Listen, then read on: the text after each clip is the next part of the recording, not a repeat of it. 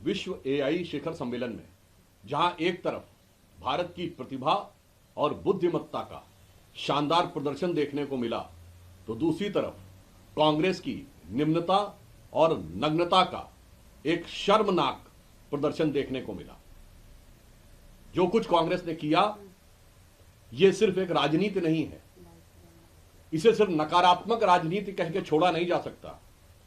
ये राष्ट्र के साथ हो रहे द्रोह के समकक्ष है, क्योंकि इस समय पूरा देश इस विषय को लेकर उद्वेलित भी है और आक्रोशित भी है। आज तक कभी ऐसा नहीं हुआ कि किसी अंतर्राष्ट्रीय सम्मेलन में, एक जमाने से गुट निरपेक्ष सम्मेलन से लेकर अनेक सम्मेलन कांग्रेस के जमाने में हुए, वहां पर जाकर ऐसी निम्न स्तरीय और नग्नता की राजनीति का प्रदर्शन किया गया हो। मुझे लगता है कि इस तरह के निंदनीय कृत्य के लिए कभी भी देश की जनता कांग्रेस को माफ नहीं करेगी।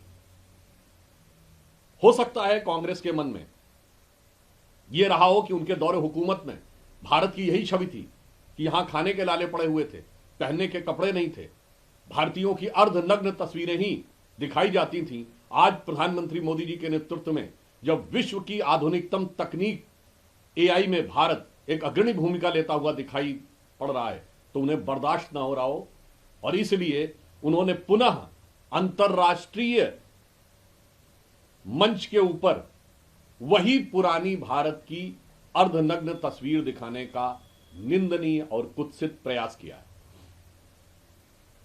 जहां एक तरफ प्रधानमंत्री श्री नरेंद्र मोदी जी के नेतृत्व में भारत का शानदार उभार दिख रहा है, भारत के प्रति संपूर्ण विश्व में सम्मान और संभावनाओं का पारावार दिख रहा है, और उसी समय लश्करे राहुल के झंडाबरदार भारत की इज्जत को तार तार करने में लगे हुए हैं।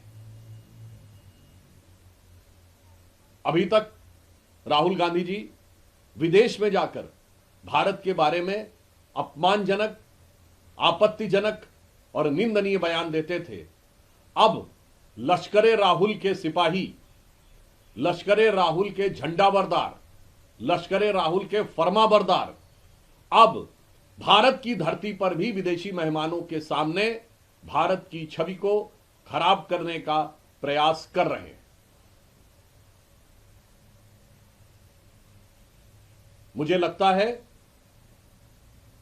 कि राजनीति की मर्यादाओं को तोड़ते तोड़ते कांग्रेस पार्टी आज उस स्थिति में पहुंच गई है जहां पर कि राजनीति का विरोध और राष्ट्र का विरोध, उसकी सीमा समाप्त हो गई।